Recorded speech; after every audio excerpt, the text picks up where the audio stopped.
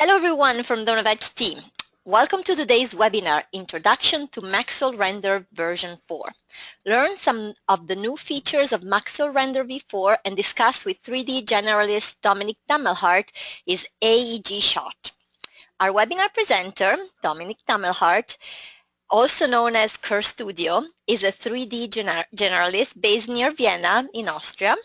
And to find out a little bit more about him, as I told you, there's a great interview on our blog, the Novedge Blog, and just search for him and you'll see his amazing renderings, and you'll find out a little bit more about CurseStudio. But before we get going, here's an overview of what we do at Novedge. Novedge is one of the largest online stores for design software. We offer a huge assortment of software solutions that cater to virtually every designer's need. Put us to the test and come visit our webpage at novedge.com. And for daily software news and promotions, also check out the Novedge blog and follow us on Facebook, Google+, and Twitter. Coming up next week, getting the best from Vectorworks 2016's Resource Manager. And last but not least, today's webinar is free and is being recorded live. And if you want to rewatch this or any webinar episode in our collection, just head on over to Novedge's YouTube or Vimeo channels. And now it's Dominik's showtime, so I don't want to steal any more screen time from him. Here we go. Okay, take it away, Dominik. Okay, perfect, thank you. I think Barbara did already a really good introduction, so I don't think I need to present myself anymore. I'm doing this stuff now for almost 7 or 8 years, really a long time. I had the pleasure to check out a lot of render engines, different render engines, because you really want to use, I mean, in some cases you want to use different render engines for different situations. This is just how it is. And to be honest, I don't really want to miss Maxwell in my pipeline, because sometimes it's just time for Maxwell, sometimes it's time for a different render engine, but sometimes it's also time for Maxwell, and this is why I'm still featuring it a lot, because I simply love it. And I want to give you a little bit of an introduction why Maxwell is basically, I think, one of the easiest render engines that are around to use. Even if you're completely new to the 3D world, you can make fairly easily and very quickly stunning renders. And yeah, let's maybe jump right into Cinema 4D and let me show you why. So first of all, what we need to do if you want to work with Maxwell inside of Cinema 4D is we need to go to the Plugins tab, go Maxwell for Cinema 4D, and add the scene file here. Because most of the time we click here on Edit Render Settings, and you just simply set a renderer here. As you can see here, Corona, Arnold, V-Ray, whatsoever. The thing is, Maxwell is just simply not there, so we always need to add the scene file here. So this is just basically what we have to do if you want to work with Maxwell. And then we have here this little button which is called Fire, and Fire is basically the real-time engine of Maxwell. And in this real-time engine we can see exactly what is going on in the scene. So as soon as I start this, you can see we get this basic sky sunlight thing in the scene, and then we can start to add some geometry to the scene. So let's just simply add maybe here a cube, and then Maxwell Fire will update, and if it doesn't update, we just simply click here on this re-export scene button, and then we can see we can already show our cube here on our little live engine. Then we can also add maybe here plane. Let's update the scene again.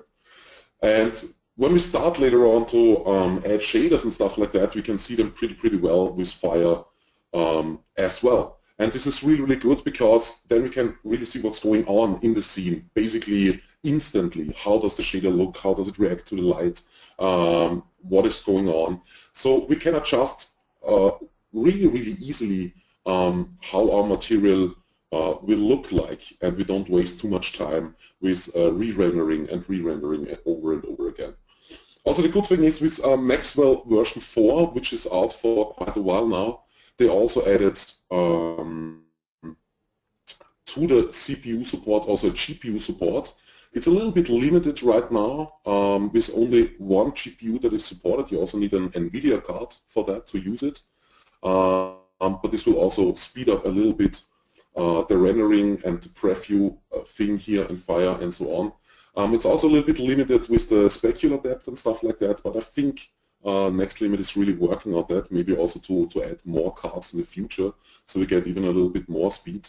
I think it's a good thing that Maxwell did jump the bandwagon with this adding GPU to the engine. Octane has done it now for a while. There are a lot of GPU-based render engines.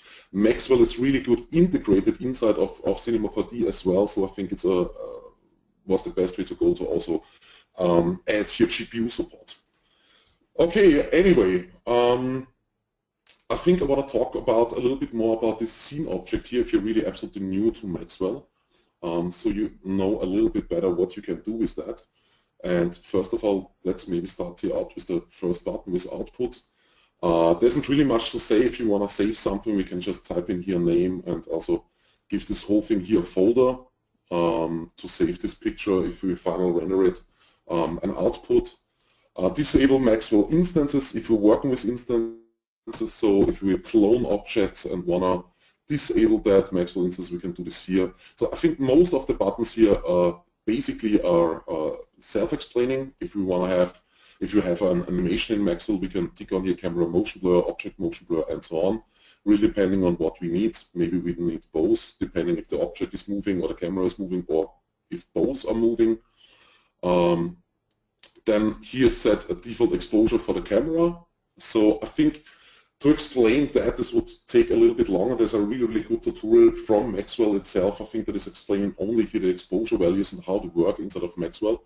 You can simply watch it because it's awesome, and I think it's just simply would be a waste of time if I just simply complain that again if there's already a really awesome video, which I watched as well when I started out with Maxwell. And here we have the render channels where we can put out, as you might have guessed, all the different render angles. So render channels if you want to have an alpha, a C buffer, shadow, material ID, object D, and so on and so on. Even motion vector, which is pretty cool if you want to add motion blur maybe later on in a third-party application or post-production application, Nuke, After Effects, whatsoever, and so on and so on. The next button, engine, we talked about that already a little bit. This is where we can also adjust fire. So we can set here a time limit first of all for the engine, for the final production. So let's say it like that. Maxwell is like the most super unbiased engine, like right out of the box, which is absolutely cool. This means we don't have to mess with any render settings whatsoever. So there's really no buttons we need to click. There are no render settings. It's just simply it will render, and we can give it a given time how long it should render. So we can say, okay, let's maybe stop after, I don't know, 90 minutes. Type it in, and then Maxwell Render will just simply stop after 9 minutes. We can also type in here sampling level. Sampling level simply means, let me show this quickly like this. Render the scene using the render view. So if you want to do now, let's say from the scene a final render, I just simply click this button, then Maxwell Render pops up. So Maxwell Render will always calculate this externally, so not inside of Cinema 4D, but externally in its own program. As you can see, sampling level already starts here. So sampling level 5, 6, adds more and more rays to the scene, and more rays and more rays. And as you can see, we really get rid of the noise as high the sampling level goes. So right now we are almost completely noise free. Sampling level 10, 11, and at 12 it will just simply stop. If it doesn't reach the time before that we have typed in here, so if we have sampling level 12 here and it has reached sampling level 12, then it will stop. If it takes longer than 90 minutes, it will just simply stop at 90 minutes. So this is basically what Maxwell will do. And as you can see, we are pretty noise-free. So in some cases, when you render bigger scenes and when you have a lot of shaders going on and glass and all the other stuff, that will just simply take a little bit more time to calculate, really depending on your CPU setup, of course. Yeah, it will just simply take a little bit longer, and then we need a higher sampling level. So I would just simply maybe type in here a higher number, like maybe right away, maybe something like, let me lie, 20, maybe 18.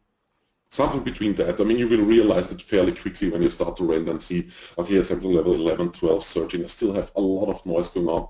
Let's maybe type in here a number of 22 and time limit maybe something like, I don't know, 180 minutes. I mean, it's an unbiased engine that has no settings, so you're really getting absolutely, how can I say, the most realistic results that you can get, but this will also just simply take some time to calculate. So I think a really, really good CPU setup for Maxwell would basically be really, really good to use this engine. So you can also work with animations and stuff like that. I mean, I'm most of the time only using it for still images because I don't have so much CPU power. This is just simply because I can't afford it. But if you're really a company or something like that, or maybe a freelancer that has some money left, I would definitely invest something into CPU power. Then here we can also set CPU threads, so how many threads we want to use of our CPU. I have 16 threads, so I can just simply go higher here. If you leave it here at 0, it will just simply use all the threads that we have on our CPU. Command line, I never used that before. There are probably a lot of commands that we can use with Maxwell if we want to render that. Maybe that we also maybe only render in a console or something like that without having this window have here popped up. This is a little bit more into depth, and we probably can find some command line comments online on the internet for Maxwell as well.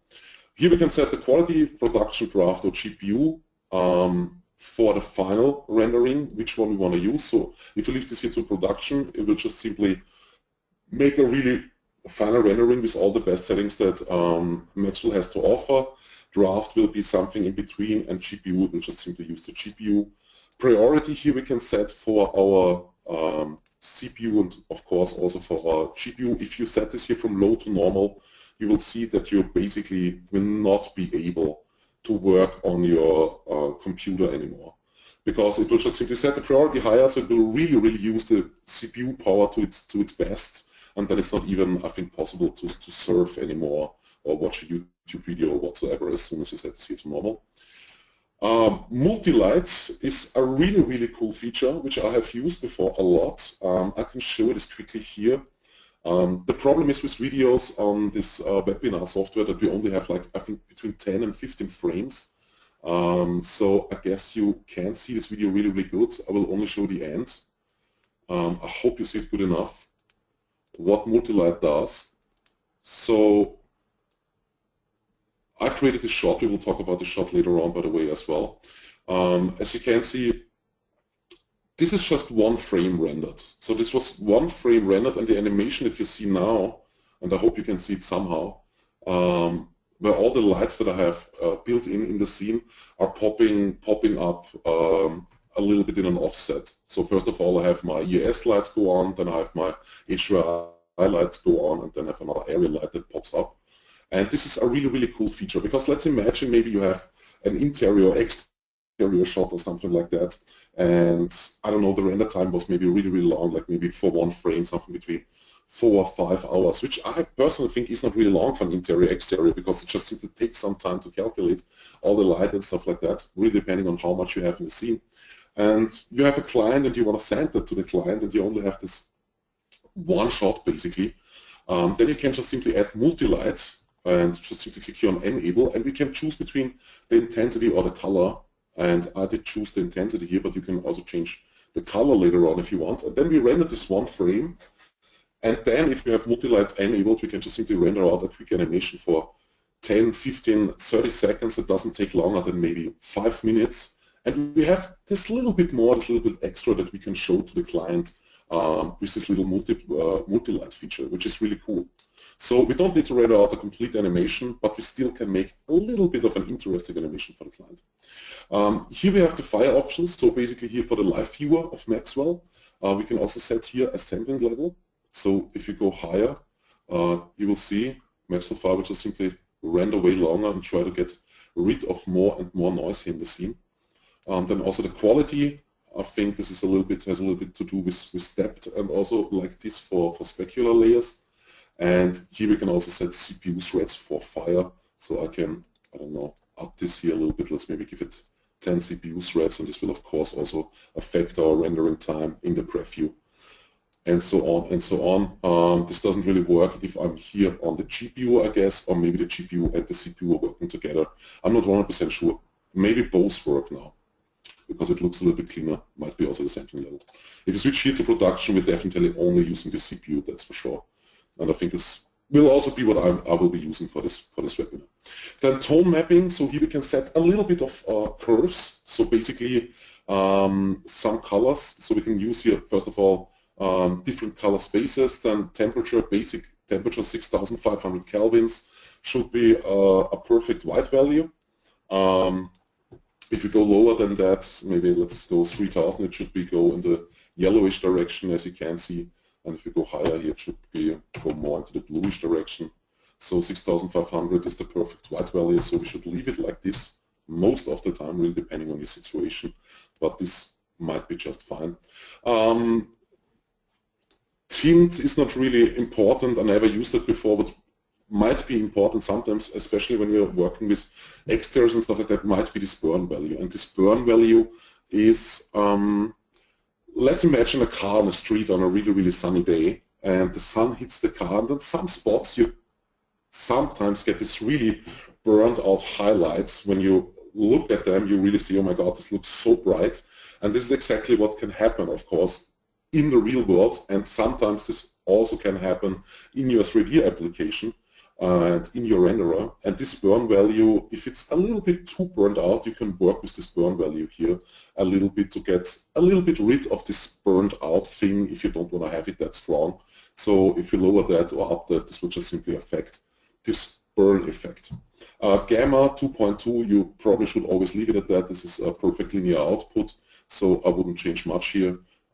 Sharpness, to really, really be honest, I'm not even 100% sure what that means right now. I need to read this through.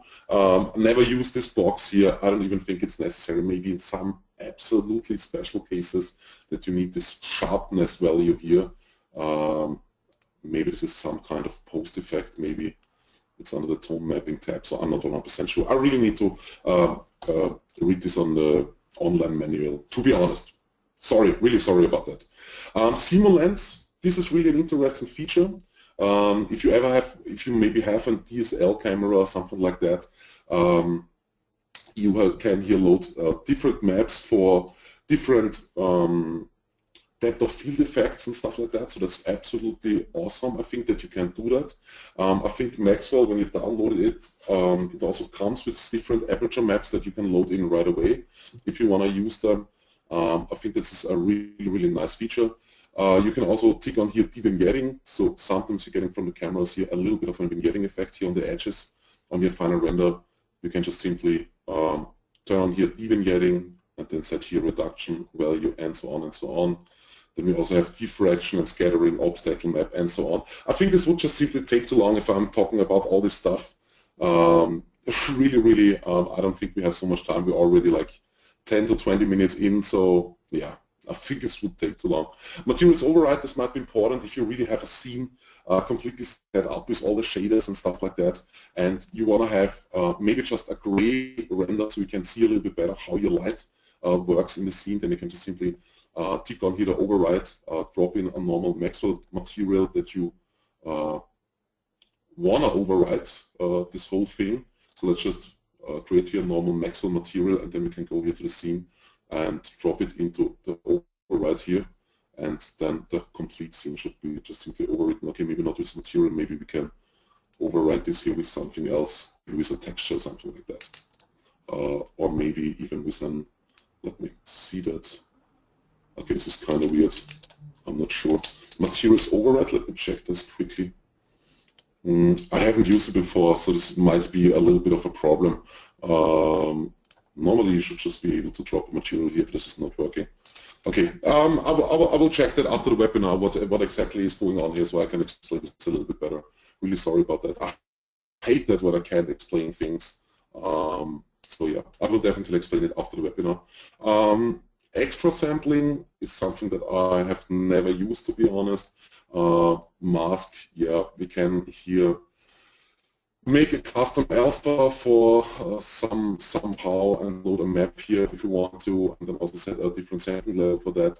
This is probably if you want to leave something out of the scene, I guess. Never used this before as well, so I don't really think this is really interesting, and I really want to keep it interesting.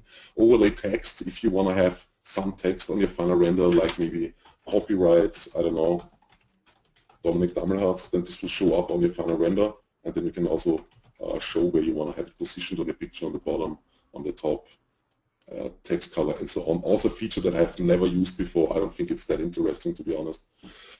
Let's go to the more interesting tab, environments. So here we can choose what we want to use, which kind of lighting we want to use. So we have a physical sky, sky dome. So I think we're only using the sky. Physical sky should also give us the option to or sky dome, I think is a little bit where we have a little bit of different options. So the physical sky should normally be the more realistic options. As you can see, we can also set here a location and time, or even type in our own latitude and longitude if we want to. We can tick on here sun, or just simply tick it off or tick it on. If we tick it off, we're only using the sky, so we're also using the sun. Then we can also change here to image-based if you want to use an HDRI. You can just simply go here in the background channel from disable to use HDRI, and then load one of your favorite ones, or based on the situation that you're in. If you're making interior, exterior, product shot whatsoever, you can load the right HDRI here. You can also use a sky here if you want to.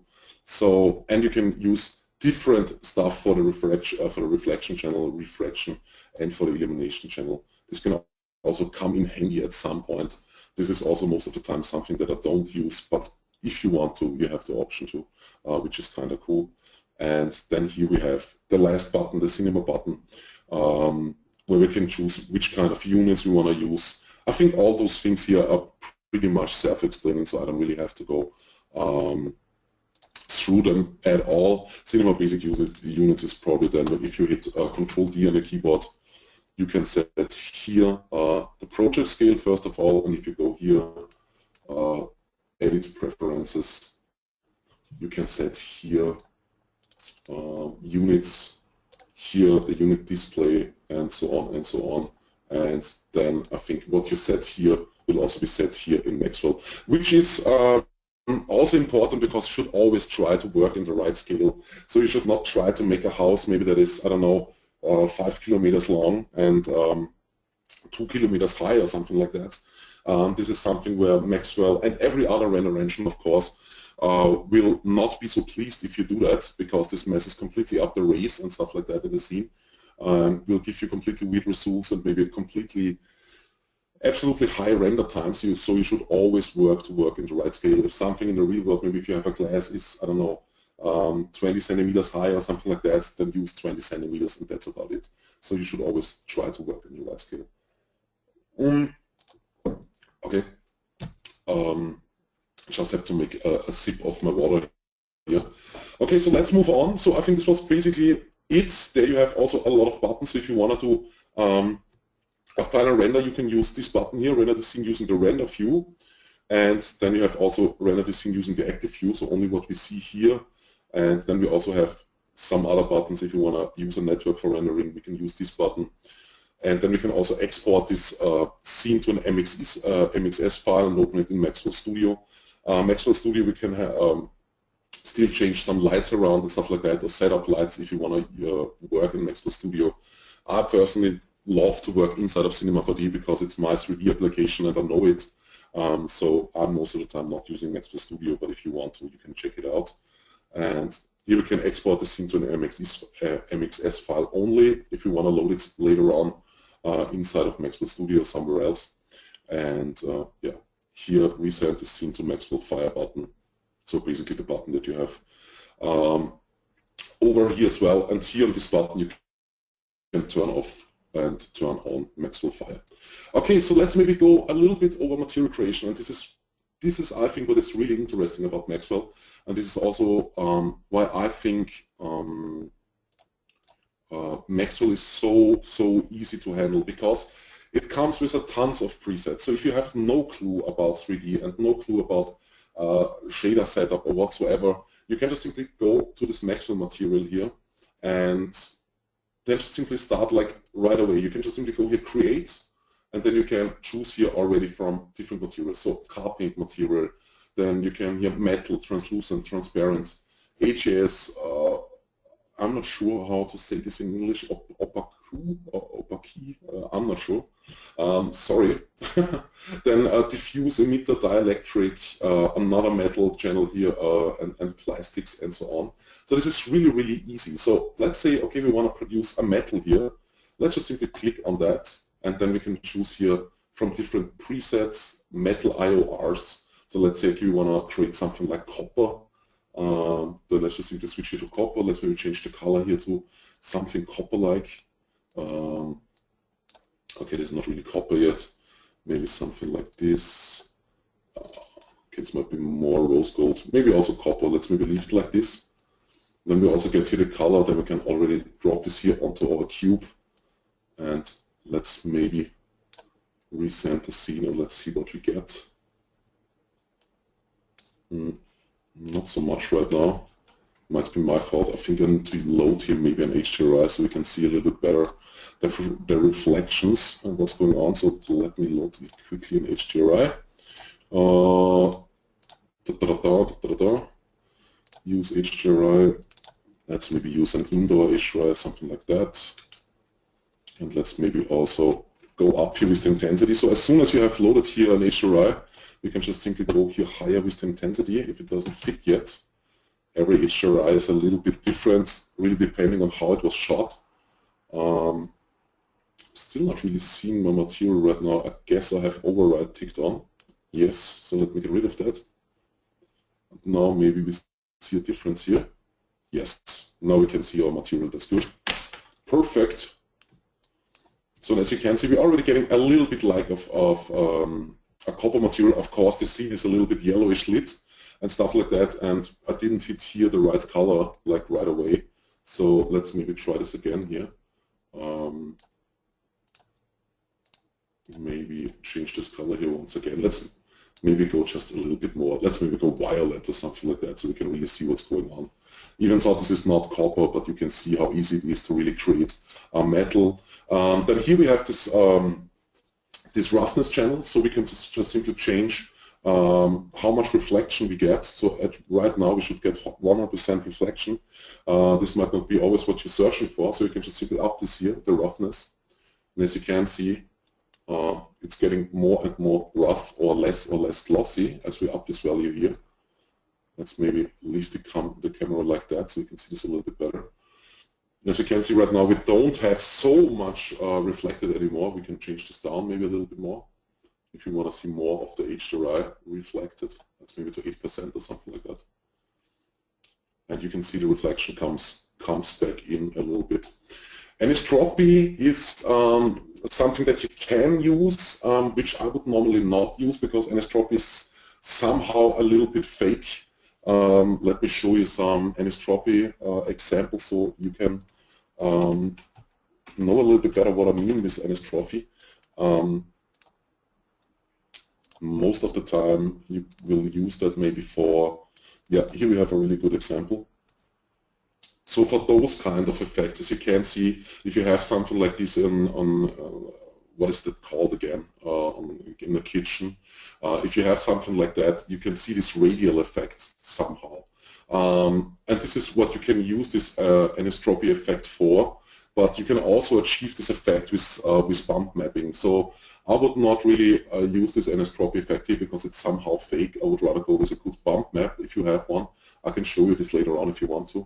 And so you can achieve this effect as well in a more realistic result like it's happening in the real world. So I would just simply leave this out. We can also change the angle here a little bit. I guess, what is this angle value here really? I guess somehow for the reflection, of course. But I'm not sure if this will really do much on this metal material here. And we can also add dust and dirt if we want to. So if you want to make this look a little bit more used and with a little bit more of dust, to be honest, I haven't really used that yet. So dust and dirt is not something that I would use like this. I think maybe we'll do this with a second material or something like that. But if you want to, you can add some dust and dirt. Maybe not so heavy, maybe just a little bit, maybe something like 4%, 3%, something like that. So yeah. This was just one material of many that you can use. We could also make here a car paint fairly quickly. Okay, of course this is just a basic car paint, but if you don't know how a car paint works, it might be good to just simply use this material creator here. We can also load plastics here if we want to. This is also pretty cool. So let's just simply drop this on here, change the reflectance here in 0 degrees, and let me reload the scene. And let's maybe make somehow maybe a red plastic or something like that.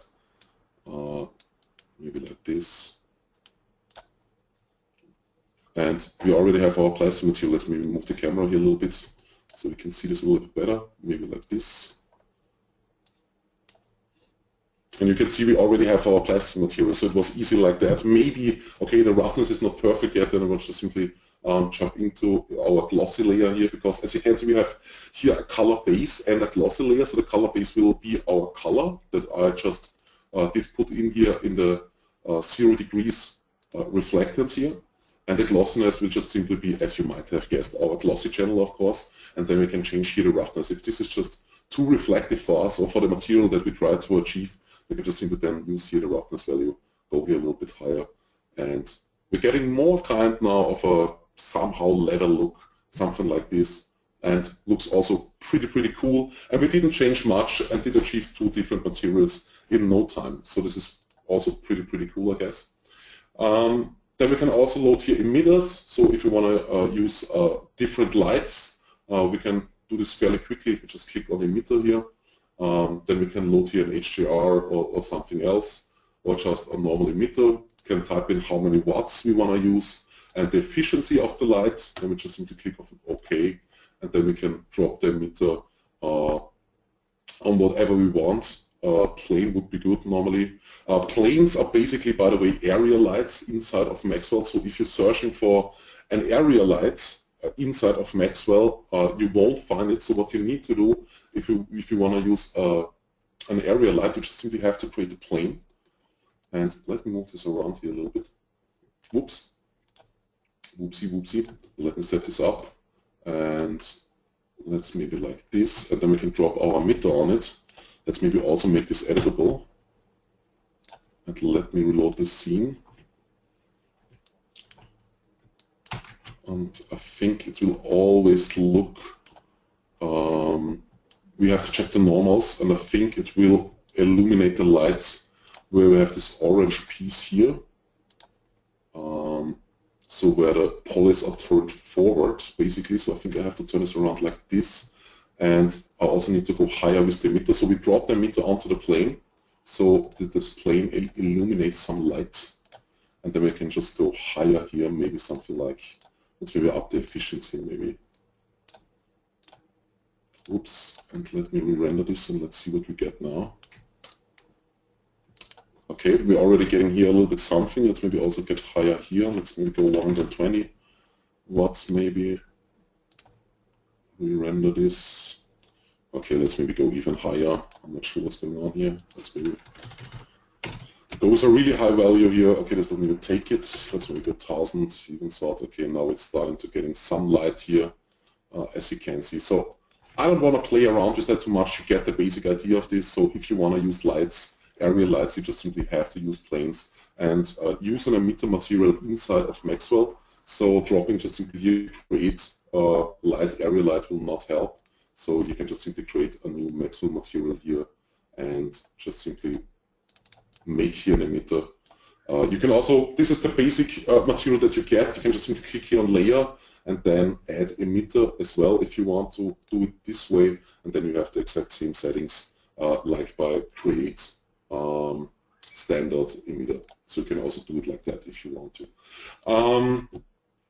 Another thing that we want to do, let's maybe create another Maxwell material. But before I want to jump into that, what I also want to show you, you have this little preview scene here, which is also, I think, important, of course, if you're creating materials that you see what's going on. And you can change this scene here to different types. So we can click on here on this first layer, and then we have here this scene thing. And then we can first of all, okay, how many sampling levels do we want to have on this preview here? And also which scene we want to use. So we can use this checker scene here, then the default preview scene, which is this one. Drapery, if you want to work with some kind of clothes and stuff like that. Then we can also use emitter, of course, if you want to check the emitters, how they are working. So we have different previews for that, for floors, for gems especially, which can also come in pretty handy if you're working with diamonds and stuff like that. Leaf, if you're using two-sided materials, which I can't really show today because I think this will be just, we don't have much time for that. Primitives and so on. So those all are really, really cool and have really their own purpose for different situations. So you have also your own SSS scenes and stuff like that if you're working with SSS materials. So subsurface scattering, if you try to create somehow some liquids or special plastic materials, or what do I know. I most of the time use here stage 2, and as soon as I change this here to stage 2 and you don't have it set here on the preferences, Maxwell preview, or I think Maxwell here, sorry, it will just simply go away. So let's say you like stage 2, but here set default preview, it will just simply go away. So as soon as I close this, delete the material, or create a new material, I will just simply get always over and over again this default preview here, which I don't really like. So here on the preferences, you can just simply set your preferred preview scene that you want to use most of the time. And you also can set here how many sampling levels overall you want to use for all material previews. So you can set here, I don't know, let's maybe go here 12, and you can also set your preview threads, so how many CPUs should be used for this preview here. So I will give it something like 6 threads. And that's basically it. And as soon as I have to set, I can close this here, and as soon as I create a new Maxwell material from now on, and always when I close Cinema 4D and open it up again and create a new Maxwell material, it will always go with 10 sampling levels here with 6 CPU threads. I will always use, first of all, the stage 2 thing here. So this can also be important if you're wondering why this always changes when you close Cinema 4D or when you create a new material. Okay, so the next thing that I want to show you, and I'm really sorry if I'm pushing a little bit too much information through here, and might be a little bit too much for now. You can still watch it on VMO and YouTube later on, so you can watch me over and over again. Another cool thing is that I want to show you, if you're really starting out with Maxwell, is here this BSDF layer. So we can just, this is the basic layer that we get. And we can load here a lot of stuff. So if this creation button here is not enough, and if you think, okay, you want to create a little bit more materials, you have 2 options. First of all, on the Next Limit homepage, there I think is a lot of different materials that you can download when you have purchased Maxwell. So there are really, I don't know how many materials, but really a lot, so you can download them. And as soon as you have downloaded them, you can just simply go here from MXM, and then you can load this file just simply when you have downloaded it from the homepage. Or another thing is here this IOR thing, so the index of refraction. And we can just simply change this here from custom to measured data, and this is also really, really cool. And as soon as we click this, this folder opens up where you're automatically in, and then you have so many things that you can choose from for different materials.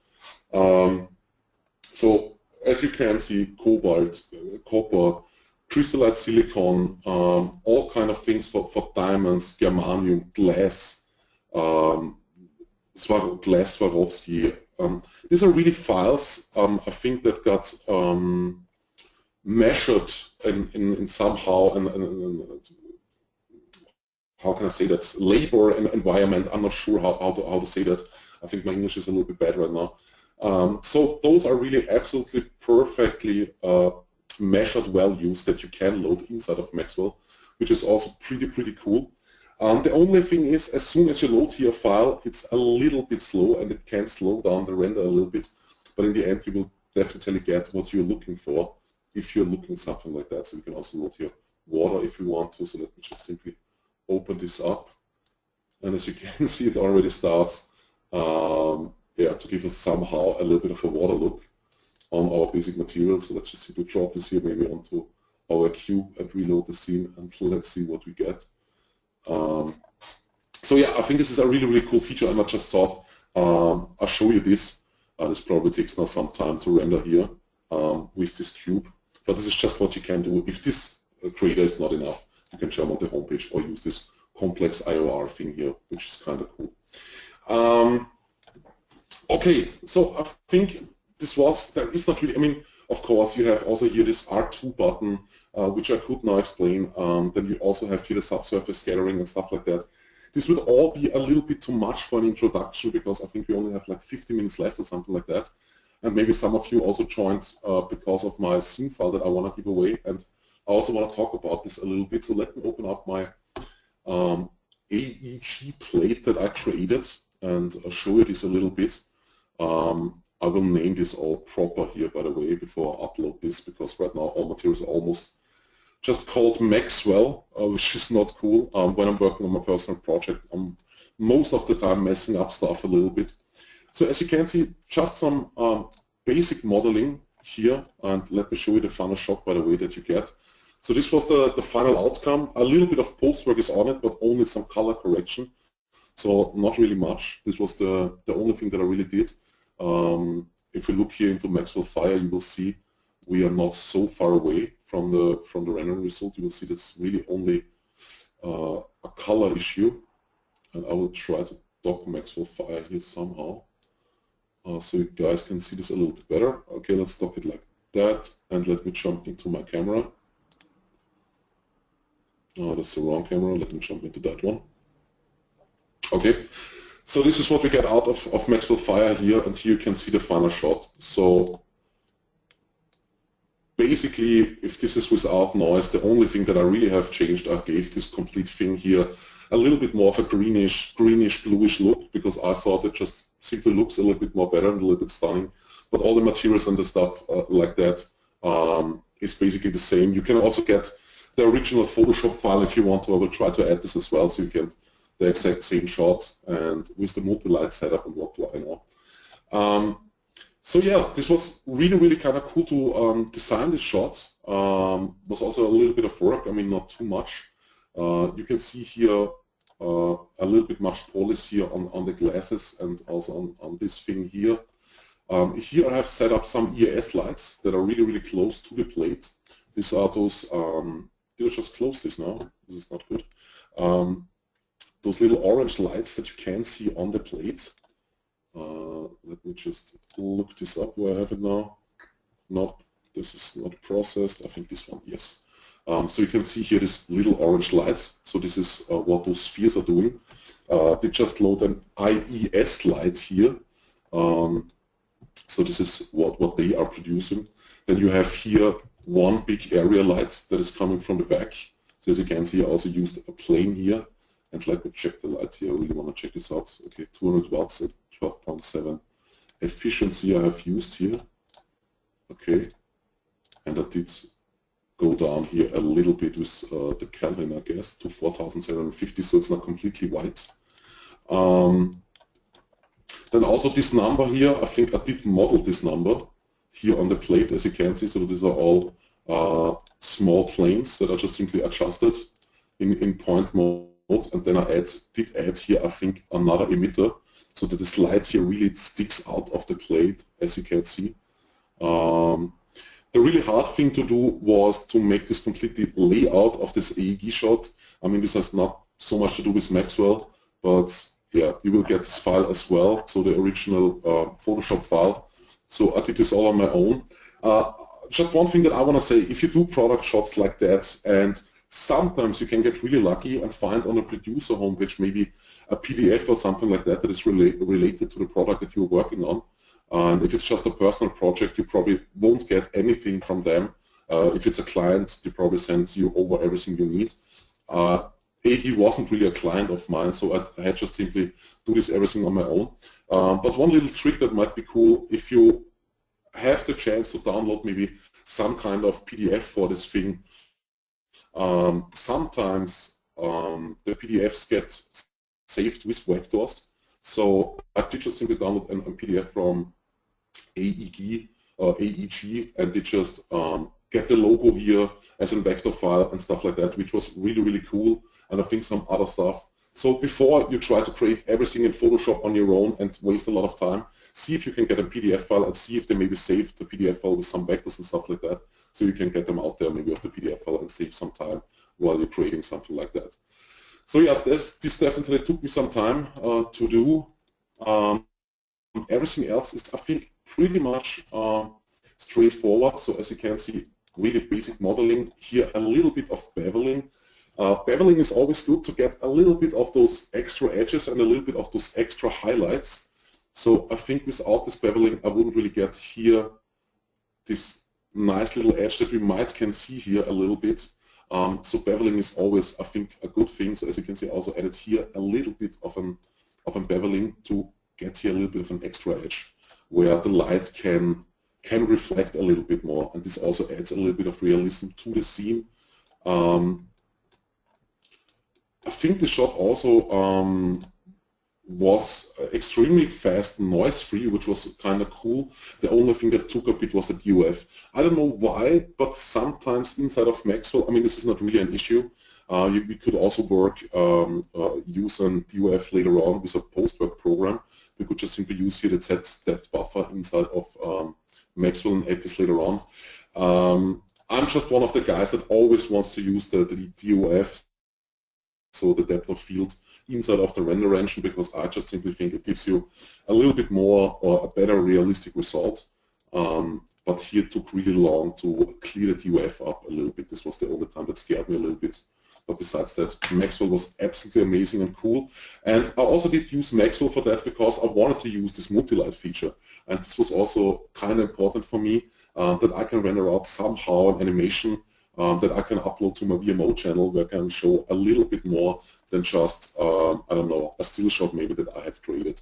So this was also because of why I used Maxwell, and of course because the material setup was so easy. So you will get the scene file for free. You can use all the materials that I have used, all the wood materials, everything else. Look a little bit through how I did set up the materials, how I did set up the light, and how they play together. And then you can also get the original Photoshop file and see maybe a little bit how I did the color correction and stuff like that. It wasn't really much, to be honest. So yeah, it wasn't really much color correction. Dominik, yeah, and I think, Dominik, I have a question. Yes. I have a question from Marcel. Yeah, are the AEG emitter inside the glass or above the glass surface? What kind of emitter? Sorry. The AEG emitter, 81 degrees surfaces. No, this is definitely, I mean, it should be built into the plate normally, which would be, I guess, correct, or maybe it should be under the surface. I mean, the thing is always when I work on something like that is you can go completely correct. Probably you have this black plate here, and then you have maybe, I think, a glass plate over it, and this number here, so the 81 degrees number or whatsoever, is normally under the glass, of course. And I don't think I think I tried it first of all to do here another glass plate over it, but I just think it just takes too much render time. And if you look at the shot, nobody can tell if there is a glass plate over it or not. I mean, it looks just simply connected, and that's about it. Yeah, and also while you were at it, do you think it's possible to fake the two orange emitters by HDRI environment? You mean those little spheres that I have set up where I did use the IIS light above the plate here?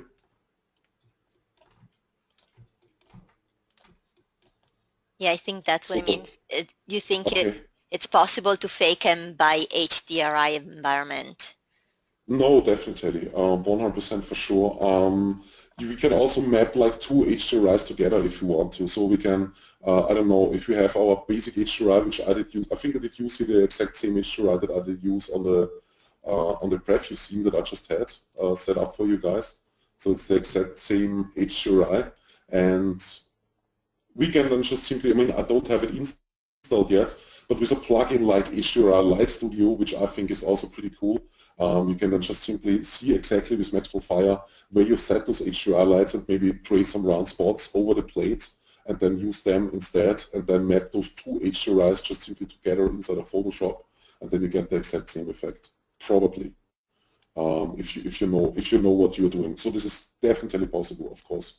Of course this is possible. This was just my way because I think it was just a quicker setup to do it like this than playing around with HDRI Light Studio and then mapping those two HDRIs together and stuff like that. So this is why I did go this way and not a different one. Also, this area light here in the back wasn't really necessary to illuminate the scene, but it gives here this little cylinder. It's a really cylinder. What is it called in English? Where you cook your stuff, of course. Just to give it here this little bit of an extra highlight. So here you can see, or I think it's this reflection right here.